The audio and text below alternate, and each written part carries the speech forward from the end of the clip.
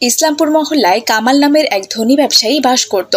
কামাল সাহেবের একটি মেয়ে ছিল, তার নাম ছিল মীরা।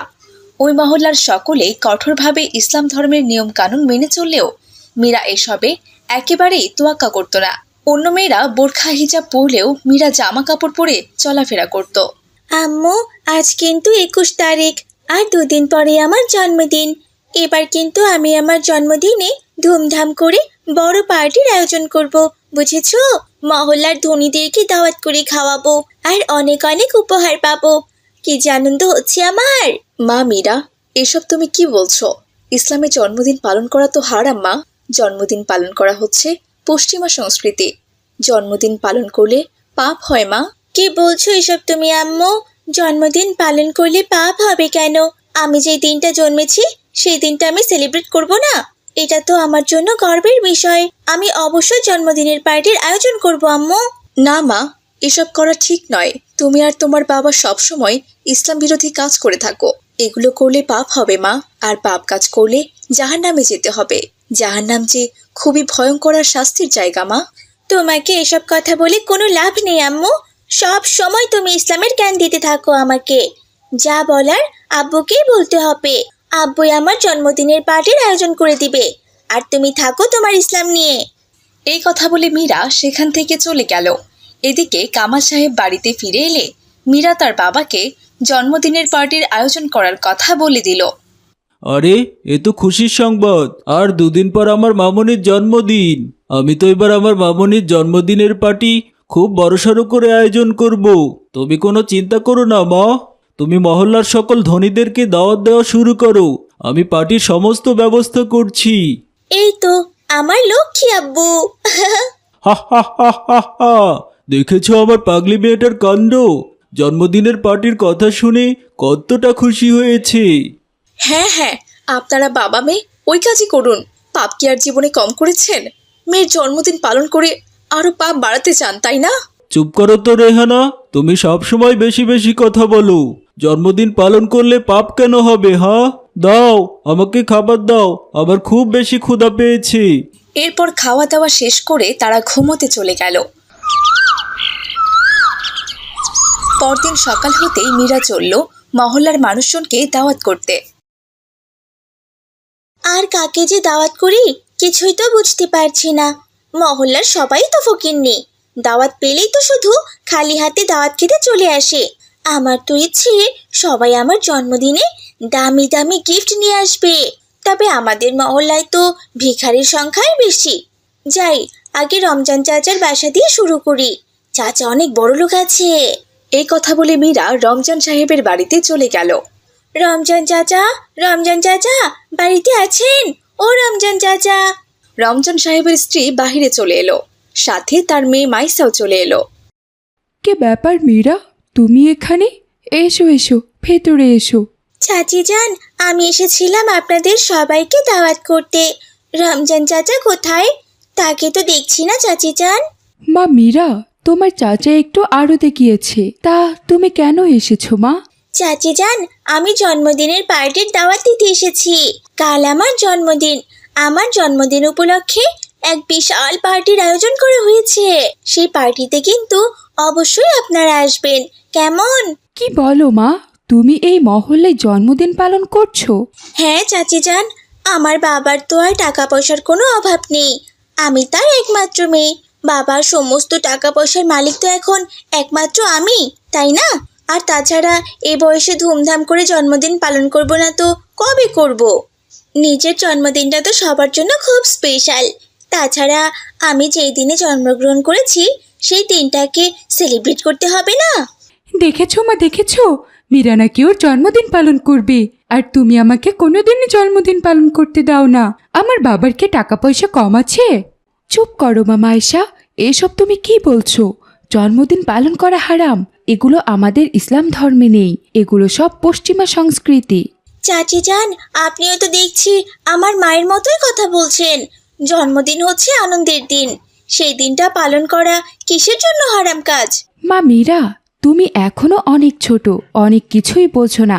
আমরা জন্মগ্রহণ করেছি শুধুমাত্র আল্লাহর দয়ায়। আল্লাহ আমাদের এই পৃথিবীতে কতদিনই বা বাঁচিয়ে রাখবেন বলো?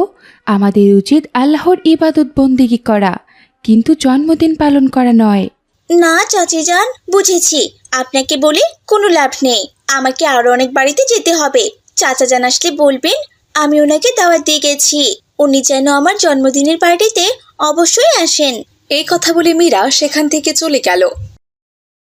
এই মহল্লার সবাই তো দেখছি ব্যাকডেটেড হয়ে গেছে, কেউ তো জন্মদিন পালন করেই না, উল্টো আমাকেও করতে দেবে না। এভাবে কি বেঁচে থাকা যায়? জীবনটা একটু উপভোগ করতে হবে না? মীরা যখন এসব কথা বলতে বলতে রাস্তা দিয়ে হাঁটছিল, তখনই মীরার মালিহার সাথে দেখা হয়ে গেল।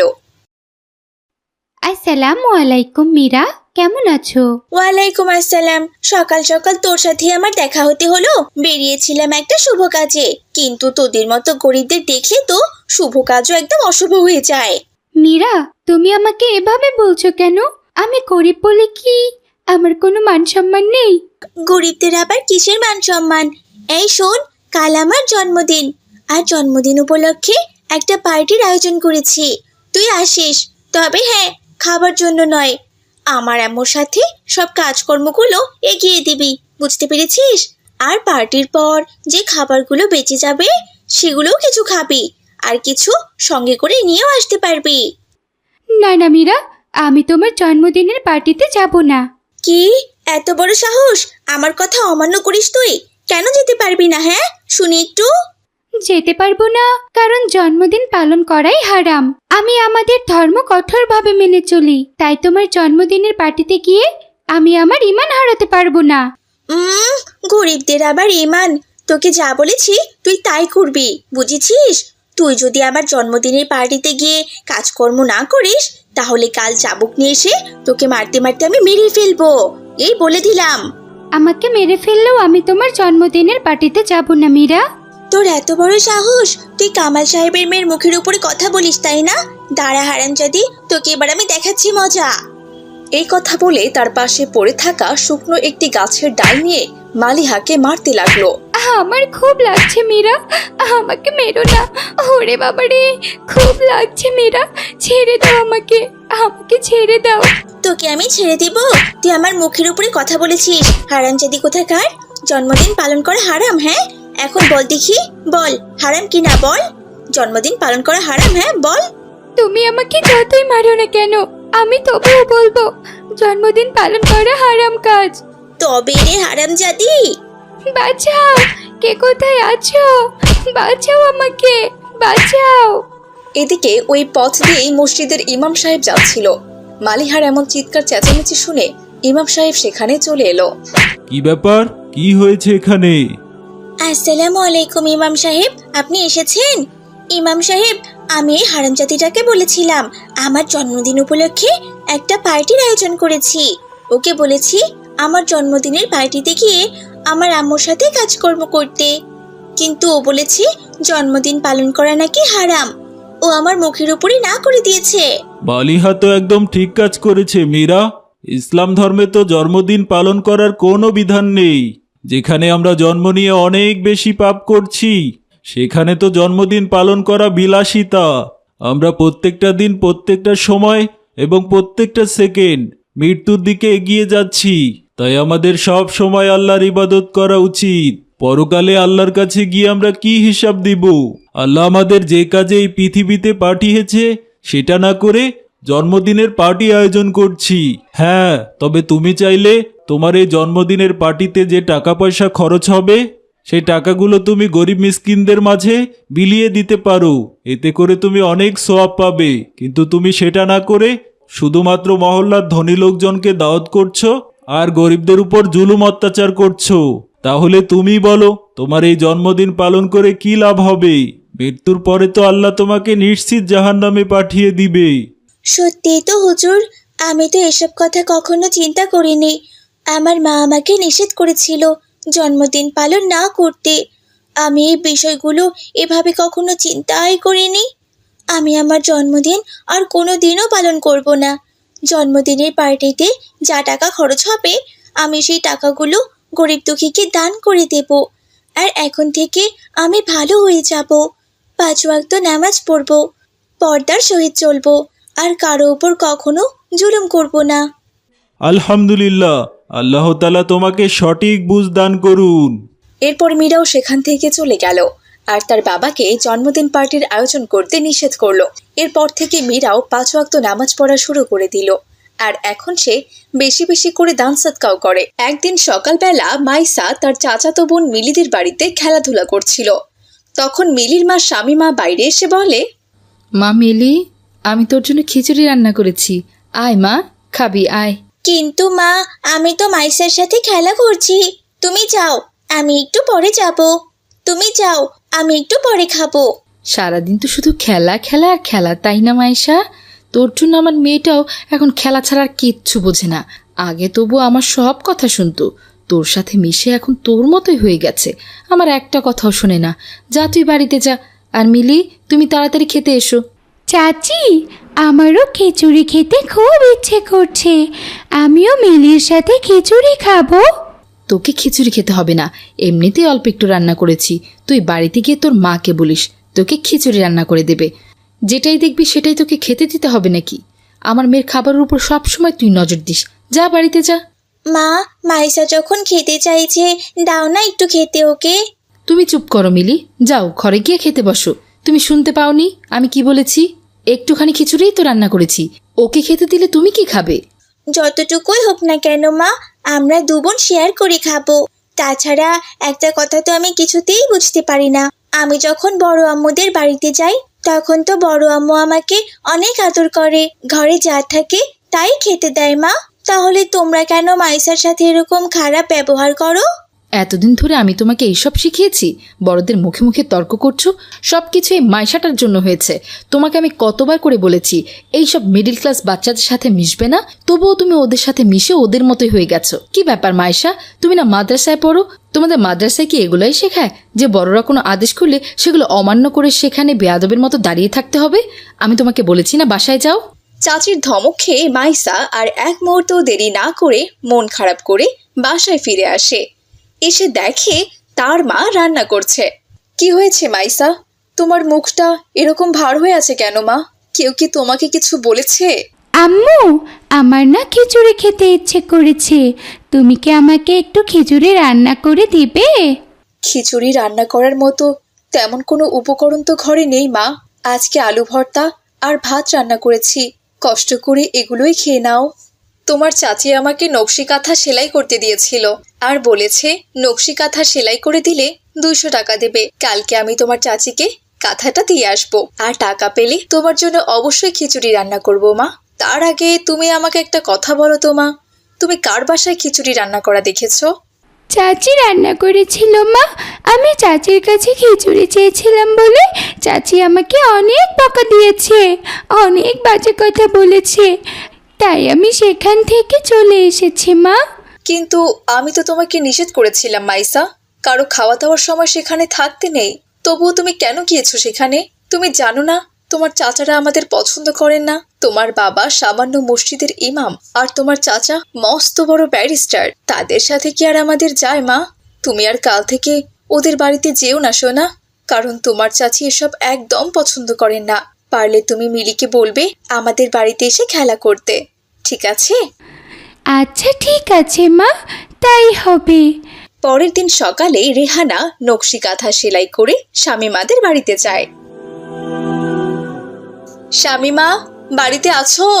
শামিমা, আমি তোমার বড় ভাবি, তোমার নকশি কাঁথাটা নিয়ে এসেছি, দরজাটা খোলো, বাড়িতে আছো?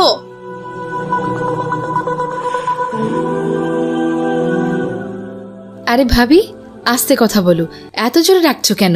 একটু আগে মিলির বাবা ঘুমিয়েছে, তোমার এমন চিৎকার শুনে মানুষটা উঠে পড়বে। যাই হোক, কি হয়েছে সেটা বলো। আসলে বোন, তোমার নকশি কাঁথা সেলাই করা হয়ে গেছে, তাই নিয়ে এসেছি, এই নাও। ঠিক আছে, তুমি এখানে দাঁড়াও, আমি টাকা নিয়ে আসছি। এরপর শামিমা ঘর থেকে কিছু টাকা এনে রেহানাকে দেয়। এ কি বোন, এত কম টাকা কেন? তুমি তো বলেছিলে কাঁথা সেলাই করে দিলে 200 টাকা দেবে, তাহলে এখন মাত্র এই কটা টাকা কেন দিচ্ছ? যদি কিছু মনে না করো, আমাকে পুরো টাকাটাই দাও বোন। আমাদের বাড়িতে আজকে যে কোনো বাজার নেই। তাছাড়া তুমি তো জানোই, তোমার ভাই আল্লাহর রাস্তায় নিজেকে সঁপে দিয়েছে, আর আমি সামান্য নকশি কাঁথা সেলাই করে আর কিছু হাঁস মুরগি পালন করে এই সংসারটা দেখাশোনা করি। দিয়ে দাও বোন। কেন ভাবি, তুমি তো আমাদের লোক, তোমাকে যদি টাকা না দিই তবুও তোমার কিছু মনে করার কথা না। আর তুমি কিনা 200 টাকার জন্য জীবন ছেড়ে দিয়েছো। এভাবে কেন বলছো বোন? আমি তো এর আগেও তোমাকে তিনটা কাঁথা ফ্রিতেই সেলাই করে দিয়েছি, শুধুমাত্র নিজের লোক বলে। আর এবার তো তুমি আমাকে নিজেই টাকা দিতে চেয়েছিলে। তুমি যদি নাই দেবে তাহলে আমাকে অযথা কেন কথা দিয়েছিলে? প্রথমেই বলে দিতে পারতে যে কোনো টাকা আমাকে দেবে না, তাহলে আমি হয়তো অন্য কারো কাঁথা সেলাই করে কিছু টাকা রোজগার করতাম। শোনো ভাবি, যেটা দিয়েছি সেটা নিয়ে খুশি থাকো। এর বেশি টাকা আমি তোমাকে দিতে পারবো না। আমাকে পার্লারে যেতে হবে, তার জন্য তো আমার আরও অনেক টাকা লাগবে। তোমাকে সব টাকা দিয়ে দিলে আমি চলবো কি দিয়ে? যাই হোক, এখন তুমি যাও, আমার অনেক কাজ আছে। অন্যদিকে রেহানা ওই সামান্য কিছু টাকা নিয়েই দোকান থেকে খিচুড়ি বানানোর উপকরণ নিয়ে বাড়িতে আসে আর মেয়ের জন্য খিচুড়ি রান্না করতে থাকে। মাশাআল্লাহ, খিচুড়ির কত সুন্দর ঘ্রাণ বেরিয়েছে।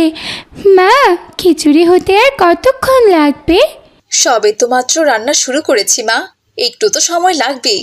সে যাই হোক, জোহরের আজান দিয়েছে, তুমি যাও মা, নামাজ পড়ে আসো, ততক্ষণে আমার রান্নাটাও হয়ে যাবে।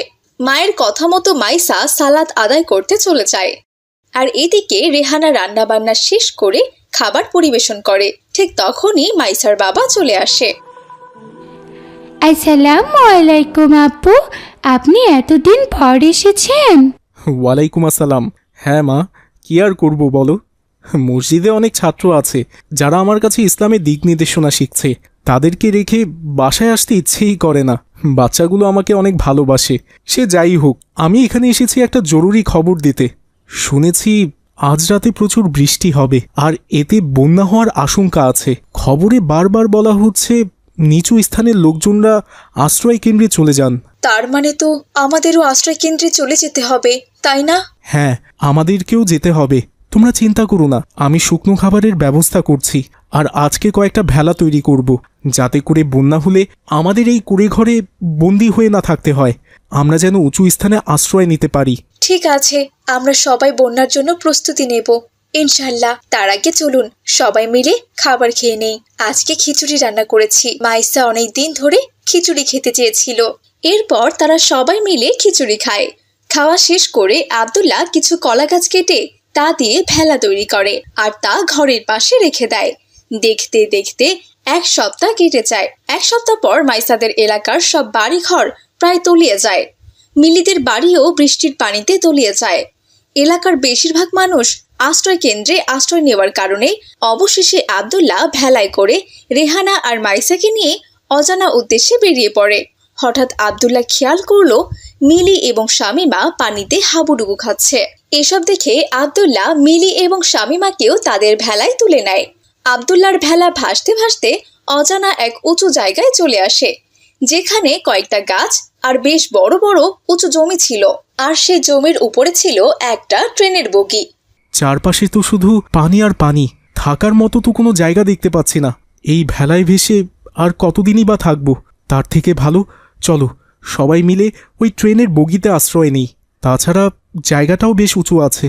বড় আম্মু, তোমার কাছে কোনো খাবার হবে? আমার খুব ক্ষুধা পেয়েছে। যেটুকু শুকনো মুড়ি আর গুড় ছিল সেটা তো ভেলাতেই শেষ হয়ে গেছে। তবে তুমি কোনো চিন্তা করো না মা, আমি রান্নার সমস্ত সামগ্রী নিয়ে এসেছি, সাথে করে চাল ডালও নিয়ে এসেছি।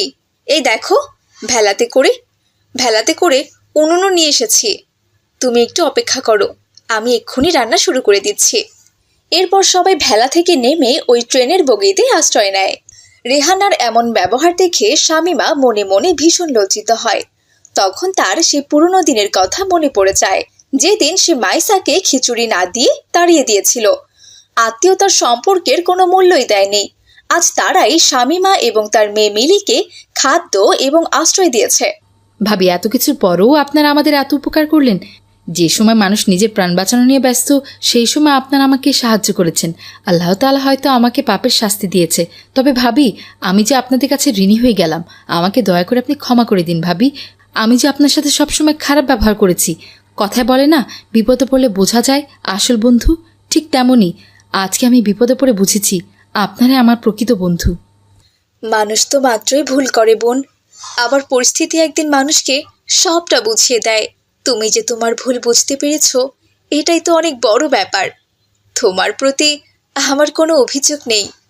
আমি তোমাকে অনেক আগেই ক্ষমা করে দিয়েছি। আল্লাহ তাআলা সব সময় তোমাদের ভালো রাখুক, আর সবাই মিলেমিশে সুখে শান্তিতে বাস করতে থাকে। শরীয়তপুর মহল্লায় করিম নামের এক লোক তার স্ত্রী ও সন্তানকে নিয়ে বাস করতেন। করিমের আর্থিক অবস্থা তেমন একটা ভালো ছিল না। তিনি একজন সাধারণ শ্রমিক হিসেবে কাজ করতেন, আর তার স্ত্রী বাড়িতে হাঁস মুরগি পালন করতেন। এভাবে কোনো রকমে তাদের সংসার চলছিল। একদিন করিম বৃষ্টিতে ভিজে কাজের খোঁজে বেরিয়েছিলেন, কিন্তু দুর্ভাগ্যবশত তিনি কোনো কাজ পাননি। তাই তিনি আলহামদুলিল্লাহ বলতে বলতে বাড়ির দিকে ফিরছিলেন। আলহামদুলিল্লাহ, আলহামদুলিল্লাহ, আলহামদুলিল্লাহ। বাড়িতে ফিরে করিম দেখলেন তার স্ত্রী বারান্দায় দাঁড়িয়ে আছে। আসসালামু আলাইকুম। কি ব্যাপার হালিমা, তুমি বাইরে দাঁড়িয়ে আছো কেন? ওয়ালাইকুম আসসালাম। আসলে আমি তোমার আসার জন্য অপেক্ষা করছিলাম। ঘরে যে কোনো বাজার নেই, এখনো রান্না হয়নি। মেয়েটা পড়তে বসেছে, এখন পর্যন্ত দুপুরে খাবারটাকে দিতে পারিনি। আমি তো আমার দিক থেকে কম চেষ্টা করছি না, কি যে করি কিছুই বুঝে উঠতে পারছি না। যাই হোক, বিপদে মাথা ঠান্ডা করে কাজ করতে হয়, এত চিন্তা করো না। আমি এক কাজ করি, মারুফ ভাইয়ের দোকান থেকে কিছু চাল ডাল আর ডিম বাকি নিয়ে আসি। দয়া করে তুমি মারুফ ভাইয়ের দোকানে যেও না। আমি ওনার দোকানে সকালবেলা গিয়েছিলাম বাকি চাইতে। উনি বললেন ব্যবসার অবস্থা ভালো নেই, আর এখন বর্ষার সময় বেচা কেনাও তেমন হয় না, তাই কাউকেই বাকি দিতে পারবে না। ইয়া আল্লাহ, তুমি এসব কি বলছো হালিমা? এখন তাহলে আমি কি করব? হে আল্লাহ, আপনি আমাদের সাহায্য করুন। আপনার সাহায্য ছাড়া আমরা বাঁচতে পারবো না। আপনি আমাদের দারিদ্রতা থেকে পানাহ দান করুন।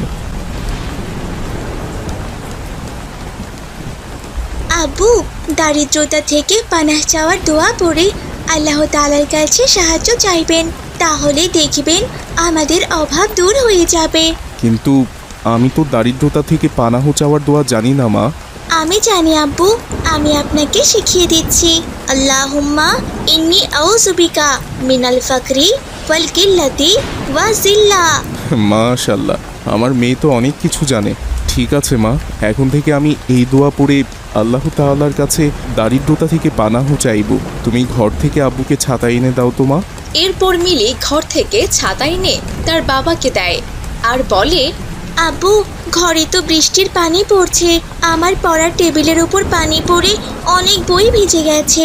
তার উপর আজকে মাদ্রাসা থেকে আসার সময় আমার একটা বই পানিতে পড়ে নষ্ট হয়ে গেছে। আমাকে যে একটা বই কিনতে হবে। তোমার কাছে কি টাকা আছে আব্বু? টাকা নিয়ে তুমি চিন্তা করো না মা, আমি কালকেই তোমাকে বই কিনে দেবো ইনশাআল্লাহ। যাও মা, ঘরে গিয়ে পড়তে বসো। বাবার কথায় খুশি হয়ে মিলি ঘরে গিয়ে পড়তে বসে। এদিকে করিমের স্ত্রী তাকে বলল, তোমার কাছে তো কোনো টাকাই নেই, তাহলে তুমি মিরির বই কিভাবে কিনে দেবে, আর বাজারই বা কিভাবে করবে? চিন্তা করো না, আল্লাহ ভরসা। আমি ভাবছি আমার বন্ধু শফিকের বাড়িতে যাব, ওর কাছ থেকে কিছু টাকা নিয়ে এই বন্যায় খাওয়া পড়ার ব্যবস্থা করব। এই মঙ্গার দিনগুলো কেটে গেলে আবার ওকে কাজ করে টাকা ফেরত দিয়ে দেব। হ্যাঁ, সেটা করা যেতে পারে। এই কি, তুমি এখনো হাঁসগুলোকে ছেড়ে দাওনি? ছেড়ে দিয়ে কি করব? ওদের তো এখনো খাবারই দিতে পারিনি। কি দেব? হাঁসগুলোকে খাবার দেওয়ার মতো ঘরে কিচ্ছু নেই। তুমি এক কাজ করো, আজ দুটো হাঁস আমাকে দাও, আমি হাঁসগুলো বাইরে ছেড়ে দিয়ে আসি। এখন তো বন্যার পানিতে চারপাশ তলিয়ে গেছে, হাঁসগুলোকে ছেড়ে দিলে ওরা নিজেরাই নিজেদের খাবার খুঁজে খেতে পারবে। করিমের এমন কথা শুনে হালিমা হাঁস দুটোকে খাঁচা থেকে বের করে করিমকে দেয়। এরপর করিম ছাতা মাথায় করে হাঁসগুলো নিয়ে বাড়ি থেকে একটু দূরে ছেড়ে দিয়ে আসে। তারপর সে তার বন্ধুর বাড়িতে চলে যায় আর বাইরে থেকে তাকে ডাকতে থাকে, শফিক, শফিক, বাড়িতে আছিস রে? আমি করিম। কিরে ভাই করিম, বৃষ্টিতে দাঁড়িয়ে কি করছিস? আয় ভাই, ভেতরে আয়। কতদিন পর তুই আমার বাড়িতে এলি। তুই একটু বস, আমি তোর জন্য খাবার নিয়ে আসি। না ভাই, আমি কিছু খাবো না। আসলে আমি একটা বিপদে পড়ে তোর কাছে এসেছি, আমাকে একটু সাহায্য করবি ভাই? ইনশাল্লাহ ভাই, অবশ্যই সাহায্য করার চেষ্টা করব। তোর কি হয়েছে ভাই, বল আমাকে। তেমন কিছু না রে, আসলে বন্যার জন্য আমার সব কাজকর্ম বন্ধ হয়ে গেছে। অনেক দিন ধরে বেকার হয়ে ঘরে বসে আছি। অনেক দিন ধরে কাজ করছি, কিন্তু কোথাও কাজ পাচ্ছি না। আমার হাতে একটা টাকাও নেই রে। তুই যদি পারিস আমাকে 1000 টাকা দিয়ে সাহায্য কর। বন্যার দিনগুলো পার হলে আমার কাজের ডাক পড়বে, তখন আমি তোকে তোর টাকা ফেরত দিয়ে দেবো। আরে কি যে বলিস না ভাই, তুই বিপদে পড়েছিস আর আমি তোকে সাহায্য করব না? এখানে টাকা ফেরত দেওয়ার কথা কোত্থেকে আসছে?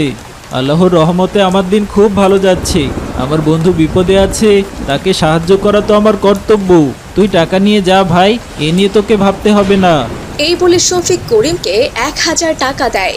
করিম সেই টাকা নিয়ে বাজার করে বাড়িতে ফিরে আসে। এরপর তার স্ত্রী রান্না করে তাদেরকে খেতে দেয়।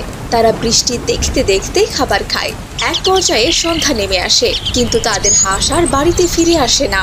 কি ব্যাপার, সন্ধ্যা হয়ে গেল, তবু হাঁসগুলো বাড়িতে ফিরল না? আচ্ছা, তুমি হাঁসগুলোকে কোথায় ছেড়ে এসেছিলে? বেশি দূরে ছাড়িনি, আমাদের বাড়ির সামনের জমিগুলোতেই তো পানি উঠেছে, সেখানেই ছেড়ে এসেছিলাম। এ কি, এইখানে তো একটা হাঁস, আরেকটা কোথায়? হাঁসটা তো ডান পায়ে আঘাত পেয়েছে, ঠিকমতো হাঁটতেও পারছে না। কেউ যদি হাঁসটাকে ধরে নিয়ে যায় তাহলে কি হবে? হাঁসগুলোর ডিম বিক্রি করেই তো কিছু টাকা হাতে রাখতে পারি। এত চিন্তা করো না হালিমা, হয়তো অন্যদের হাঁসের সঙ্গে আমাদের হাঁস তাদের বাড়িতে চলে গেছে। কাল সকালে নিশ্চয়ই আমাদের বাড়িতে আসবে খাবার খেতে। হাঁসটা সুস্থ থাকলে এতটা চিন্তা করতাম না। যেহেতু হাঁসটা অসুস্থ, ব্যাপারটা ভালো লাগছে না, খুব চিন্তা হচ্ছে। আমি একবার আশেপাশের বাড়িতে গিয়ে দেখে আসি তাদের হাঁসের সঙ্গে আমাদের হাঁস আছে কিনা।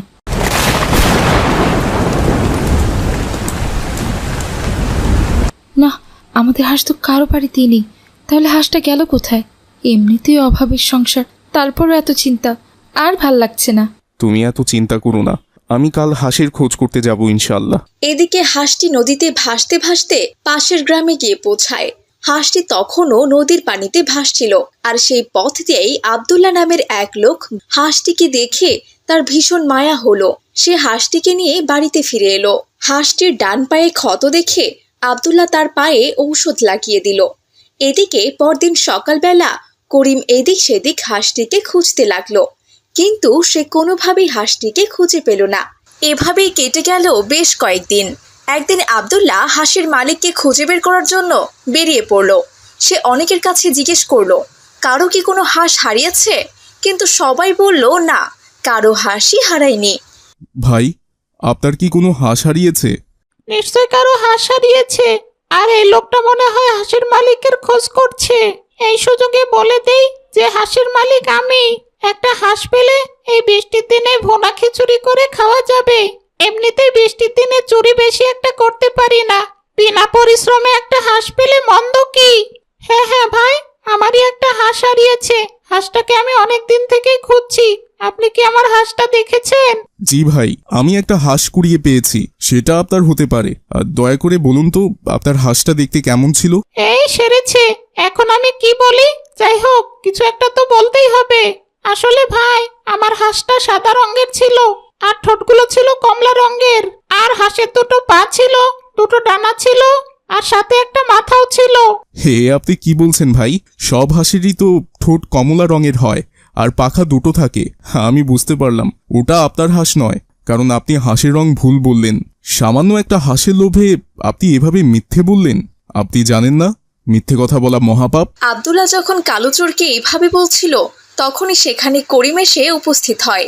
করিম আব্দুল্লাহকে জিজ্ঞেস করে, আসসালামু আলাইকুম ভাই। আসলে আমার একটা হাঁস কদিন ধরে বাড়িতে ফিরছে না, কোথাও খুঁজেও পাচ্ছি না।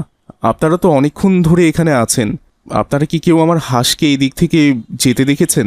ওয়ালাইকুম আসসালাম। আগে বলুন, আপনার হারিয়ে যাওয়া হাঁসটি দেখতে কেমন? আমার হাঁসটি মোটা তাজা বাদামি রঙের। হাঁসটির ডান পায়ে ক্ষত আছে, আর গলায় একটা কালো সুতো বাঁধা আছে। বন্যার কারণে হাঁসটির জন্য ওষুধ আনতে পারিনি, বেচারা অসুস্থ অবস্থায় হারিয়ে গেছে আর কি। চিন্তা করবেন না ভাইজান, আলহামদুলিল্লাহ আপনার হারিয়ে যাওয়া হাঁসটি আমি পেয়েছি। হাঁসটি এখন সুস্থ আছে এবং আমার বাড়িতে আছে। কাল সকালবেলা আমার বাড়িতে আপনার দাওয়াত রইল, দয়া করে এসে আপনার হাঁসটি নিয়ে যাবেন। আমি পাশের গ্রামেই থাকি, যে কাউকে বললে আমার বাড়ির ঠিকানা আপনাকে দেখিয়ে দেবে। জাজাকাল্লাহু খাইরান।